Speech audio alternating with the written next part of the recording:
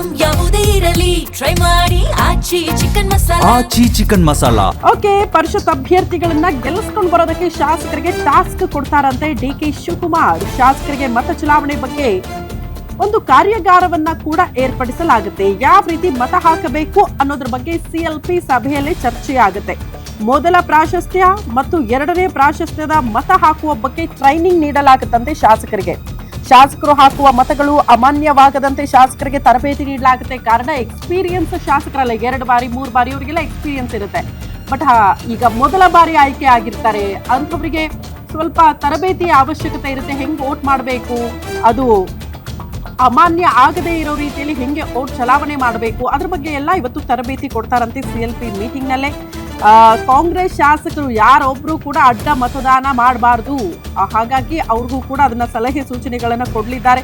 ಪರಿಷತ್ತು ಚುನಾವಣೆ ಬಳಿಕ ಸಂಪುಟ ವಿಸ್ತರಣೆಗೂ ಕೂಡ ಶಾಸಕರು ಮನವಿ ಮಾಡಿಕೊಳ್ಳುವ ಸಾಧ್ಯತೆ ಇದೆ. ಅನುದಾನ ಹಂಚಿಕೆ, ಜಿಬಿಎ ಚುನಾವಣೆ, ಜಿಲ್ಲಾ ಪಂಚಾಯತ್, ತಾಲೂಕು ಪಂಚಾಯತ್ ಚುನಾವಣೆ ಬಗ್ಗೆ ಕೂಡ ಈ ಸಭೆಯಲ್ಲಿ ಚರ್ಚೆಯಾಗಲಿದೆ. ಶಾಸಕಾಂಗ ಪಕ್ಷದ ಸಭೆಯಲ್ಲಿ ಚರ್ಚೆಗೆ ಬಿಡದಿ ಟೌನ್ಶಿಪ್ ವಿಚಾರ ಕೂಡ ಬರುತ್ತೆ ಅಂತ ಹೇಳಲಾಗ್ತಾ ಇದೆ. ದಳಪತಿಗಳ ಬಿಡದಿ ಹೋರಾಟಕ್ಕೆ ಕೌಂಟರ್ ಕೊಡೋ ಬಗ್ಗೆ ಕೂಡ ಪ್ರಮುಖವಾಗಿ ಈ ಸಭೆಯಲ್ಲಿ ಚರ್ಚೆ ಆಗುತ್ತೆ ಅನ್ನೋದರ ಡೀಟೇಲ್ ಸಿಗ್ತಾ ಇದೆ. ಮೊದಲ ಸಿಎಲ್ಪಿ ಮೀಟಿಂಗ್ ಮುಖ್ಯಮಂತ್ರಿ ಡಿ.ಕೆ. ಶಿವಕುಮಾರ್ ಅವರ ನೇತೃತ್ವದಲ್ಲಿ ಬಿಡದಿಯ ರೆಸಾರ್ಟ್ ಅಲ್ಲಿ ಇವತ್ತು ಆಗುತ್ತೆ.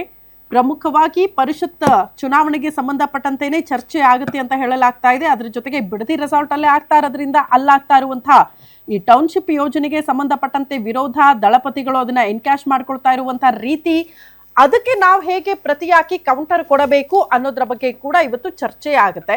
ಅದಾದ ಬಳಿಕ ಶಾಸಕರಿಗೇನು ತರಬೇತಿ ಕೊಡ್ತಾರಂತೆ ಪರಿಷತ್ ಚುನಾವಣೆಯಲ್ಲಿ ಹೆಂಗೆ ವೋಟ್ ಮಾಡಬೇಕು ಅನ್ನೋದ್ರ ಬಗ್ಗೆ. ಸಹಜವಾಗಿ ಅಡ್ಡ ಮತದಾನದ ಬಗ್ಗೆ ಚರ್ಚೆಗಳಿಲ್ಲ, ಆದರೂ ಕೂಡ ತಳ್ಳಿ ಹಾಕಕ್ಕಾಗಲ್ಲ ಈ ವಿಚಾರಗಳನ್ನ. ತಮ್ಮ ಶಾಸಕರಿಗೆ ಈ ಅಡ್ಡ ಮತದಾನ ಯಾರು ಕೂಡ ಮಾಡದಂತೆ ಒಂದು ಖಡಕ್ ಸೂಚನೆಯನ್ನ ಇವತ್ತು ಮುಖ್ಯಮಂತ್ರಿ ಡಿ.ಕೆ. ಶಿವಕುಮಾರ್ ಅವರು ಈ ಸಭೆಯಲ್ಲಿ ಕೊಡ್ತಾರೆ. 5ನೇ ಅಭ್ಯರ್ಥಿಯನ್ನ ಗೆಲ್ಲಿಸ್ಕೊಂಡು ಬರೋದು ಹೇಗೆ ಅನ್ನೋದ್ರ ಬಗ್ಗೆ ಕೂಡ ಇವತ್ತು ಚರ್ಚೆಗಳಾಗುತ್ತೆ ಈ ಸಭೆಯಲ್ಲಿ ಅನ್ನೋದ್ರ ಡೀಟೇಲ್ ಸಿಗ್ತಾ ಇದೆ.